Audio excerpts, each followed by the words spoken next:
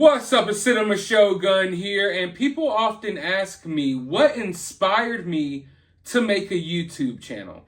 And the answer to that question is kind of complicated. There are a lot of things and a lot of people and other channels that motivated me and inspired me to do what I'm doing right now. But probably the main thing that really made me hyper-focus on making this content was cancel culture.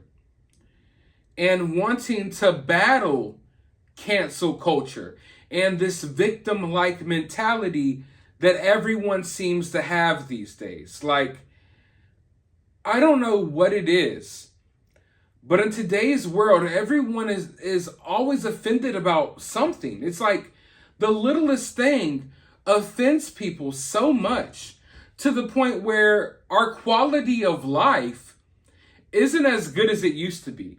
The quality of entertainment, the quality of anything. Look around you. It's all going to shit because people want to be offended and butthurt about every little thing. And cancel culture has come through and just ruined people's lives for things and mistakes and random things they may have said in the past. It's gotten so bad. And that is one of my main inspirations for making a YouTube channel, because when you get online, I'm not saying it's like this in the real world, but when you get online, you would think that you're in the minority. If you're not one of these cancel culture, pearl clutching, oh my God, I'm so offended by everything weirdos. You would think that you're in the minority, because it seems like everyone online is always virtue signaling, trying to make themselves look more virtuous than the other, trying to make it seem as if they know more about this and that, and oh God, how did you not know about this victim and that victim, and let me play this victim card. It's crazy. So I wanted to be a voice of reason. I wanted to come on YouTube and show at least my audience that not everyone feels this way, not everyone thinks this way. Some people are still normal. Some people can have a conversation, a debate, even an argument without having a complete meltdown. Well, I know you're probably sitting there thinking, what the hell does any of this have to do with Jeffrey Dahmer? Well, it just so happens that a lot of these snowflakes, I don't even know what to call them, these people who are just easily offended by every single thing in the world. Come to find out, these people, I guess, never knew Jeffrey Dahmer existed, and they just found out he existed from the Netflix show that everyone is watching right now, which, by the way, I think is really good. Now they know who Jeffrey Dahmer is, and they are offended. They are offended by all types of things. And we'll tackle some of the other things they're offended by in future videos. But right now, I want to focus on this cancel culture aspect, because as soon as this show released, all of these cancel culture weirdos watched it and thought, who can we cancel behind this? So they have formed several campaigns. They're coming after multiple people, but one of their main targets right now is Katy Perry. Yes, that's right. For no apparent reason, cancel culture has set its sights on Katy Perry, and they are coming after her pretty hard because of a lyric that was in her Dark Horse song that I believe released in y'all probably know better than me. Was it like around 2014-ish, I think? So this song is like 7 or 8 years old, and Katy Perry doesn't even say the lyric in the song. It's actually Juicy J. He's a rapper. Some of you all might remember him from 3 6 Mafia back in the day. He says something like, I'll eat your heart like Jeffrey Dahmer. And that's a lyric that's existed for almost a decade now, and no one ever said anything about it. No one had an issue. But now that this show came out, and a lot of these woke idiots just learned about Jeffrey Dahmer through this TV show, now they realize, oh, wait, I should have been offended 10 years ago. So now I'm offended now. And because you snuck it past me back then, I'm going to be even more offended. I'm double offended. They're playing double victim cards. Like, oh my God, how did you have me sitting here listening to this song for almost 10 years now, not knowing I was bobbing my head to stuff like this? They are freaking out about it. One person says, why isn't anyone calling out Katy Perry for allowing such a vile and terrible lyric to be included in one of her hit songs? Jeffrey was a notorious serial killer, and Katy chose to romanticize his criminal and inhumane actions. I actually feel sick to my stomach. She needs to apologize. It's literally not that deep. It's just a throwaway bar in this song that I don't think anyone ever really talked about. But if you really want to talk about this and you really want to have this discussion, I think you all have to realize that Jeffrey Dahmer, like I was expressing in previous videos, he's very much a part of pop culture, at least American pop culture. Jeffrey Dahmer is referenced a lot.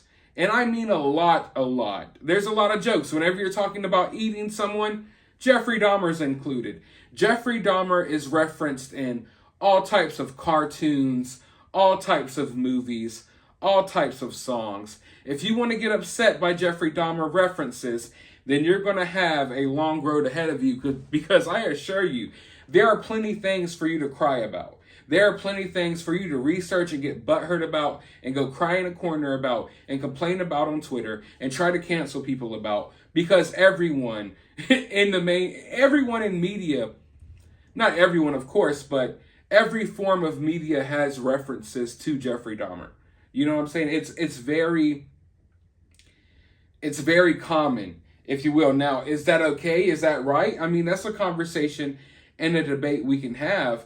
But I don't think I don't think Katy Perry was sitting there like, yes, let's include this Jeffrey Dahmer lyric. I'm thinking about all of the mean and evil things he did. No, it's just like, there it is. You know what I mean? But people want to read into things so deeply, and everyone wants to be a victim of something.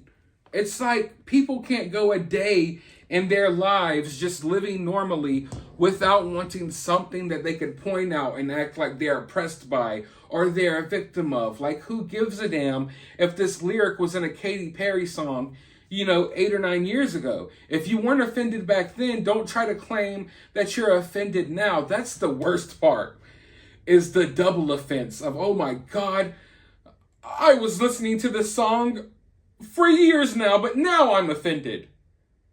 It's like, dude, you've been listening to the song's been playing in the elevator, in your car, in the club, everywhere you go. We have all heard this song 1,000 freaking times, regardless if we set out to listen to it or not. I can assure you that I never set out to listen to this song, but I've heard it hundreds of times myself. I've heard the line 1,000 times, and unlike these other people, I actually knew what the line actually meant, when he said Jeffrey Dahmer. But it wasn't like I was like, oh my God, but these days, people just have to have that thing that they can cling on to. And tomorrow, it will be something different. But I just find it funny that this new Dahmer television show came along with this new cancel culture campaign. And they're coming after several different artists. They're coming after Kesha as well. Maybe we'll talk about that on another video. But it's hilarious to see that all of these people that pretend to know so much didn't even know who this guy was or what he did until Netflix had to make a show about it. And my thing is, like, I understand that we all have different levels of education. And what I mean by that, I don't mean it like on a necessarily an official level, but we as people, we research different things and learn about different things on our own path in life. But Jeffrey Dahmer and a lot of these serial killers, at least here in America, it's like common knowledge. Almost like, I feel as if you would have to actively try not to learn about Jeffrey Dahmer to not know about Jeffrey Dahmer, because it's everywhere. You know what I mean? Like, especially people who are into true crime and stuff. But it is what it is. I just find it hilarious that cancel culture has reared its ugly head once again behind a show about a freaking serial killer, and now they're digging up rap lyrics from the 90s and from 2014 to rage out about because their lives are too good. Let's be honest. Your life has to be really, really good if you spend time complaining about stuff like that. Like, I like to think that my life is okay, but I'm not in a place in life where I feel like I could sit here and rage out and waste my energy and my peace on a freaking rap lyric from 10 years ago. You understand what I'm saying? Like, there's other bigger fish to fry. There's other things for me to worry about personally. But these people seem to just be, I guess, living a carefree life. To where, like, I mean, if a rap lyric from 10 years ago that you actually listened to and liked for 10 years until you watch a Netflix show is enough to freaking trigger you, then I don't know how you're going to survive a day in the real world. But anyway, let me know your thoughts about all of this down in the comments below. While you're down there, hit that thumbs up button, hit that subscribe button, ring that notification bell, and I'll talk to you all in the next video.